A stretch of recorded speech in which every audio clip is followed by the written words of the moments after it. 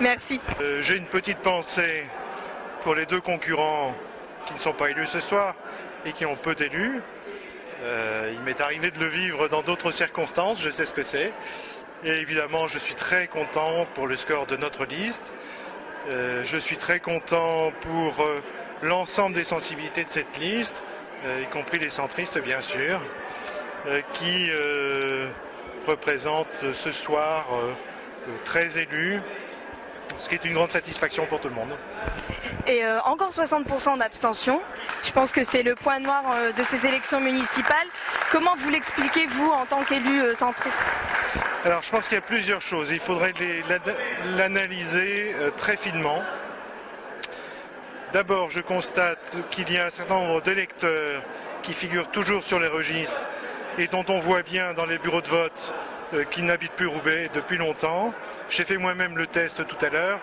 Il y avait 52 cartes d'électeurs qui n'ont pas été retirées dans un bureau de vote, qui ont été envoyées et retournées avec la mention « n'habite plus à l'adresse indiquée ».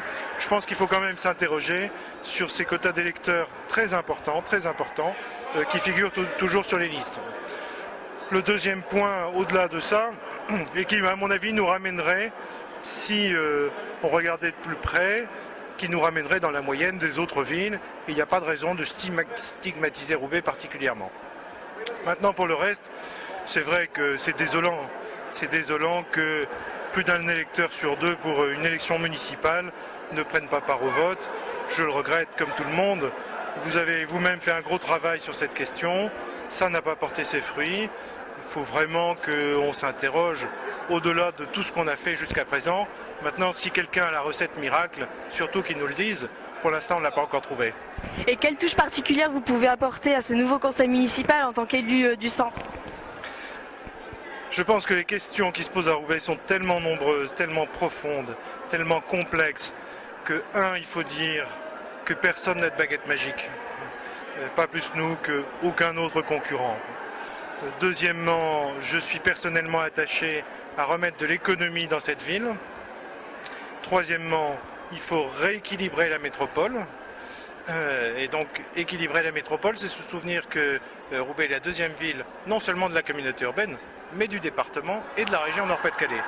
Et donc, c'est évidemment maintenant la troisième mi-temps qui va se jouer, c'est-à-dire à la communauté urbaine, qui est, j'allais dire, la réserve d'argent et la réserve de projets. C'est là que ça se joue.